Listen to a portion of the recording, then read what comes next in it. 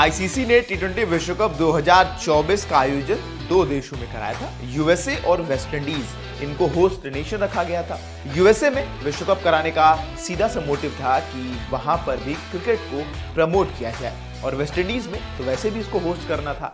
लेकिन अब यूएसए में स्पोर्ट्स को प्रमोट करना और टी20 विश्व कप होस्ट करना आईसीसी को इतना बड़ा नुकसान पहुंचाएगा, इसका अंदाजा शायद ही लगा होगा।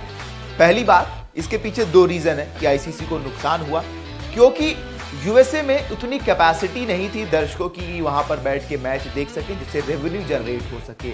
वहां पर मैक्सिमम कैपेसिटी जो थी नसाउ स्टेडियम की वो थी 30,000 के करीब, और जबकि इंडिया वर्सेस पाकिस्तान के मैच में अगर 90,000 भी होती तो भी लोग वहां पर पहुंच जाते।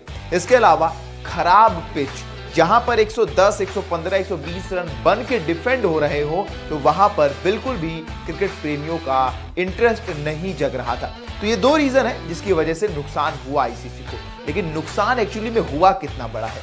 160 करोड़ रुपए का चूना आईसीसी को लगा है। अब इसकी रिकवरी कैसे की जाएगी, इस पर भी विचार किया जाना है, क्योंकि एक तो आईसीसी ने नए मैदानों को सही करने के लिए, और नसाउ का जो मैदान बना था 104 दिनों के अंदर, फिर उसको इंडिया वर्सेस यूएसए के मैच के बाद उखाड़ कर हटा भी दिया गया। इसका जो पैसा खर्चा हुआ, ये सारी लागत मिलाकर आईसीसी को 160 करोड़ का नुकसान हो गया है। शायद अब आईसीसी दोबारा यूएसए में क्रिकेट को प्रमोट करने के बारे में सोचेगी, और वो भी भला हो कि इंडिया वर्सेस पाकिस्तान के मुकाबलों का सबसे ज्यादा रेवेन्यू जनरेट हुआ है।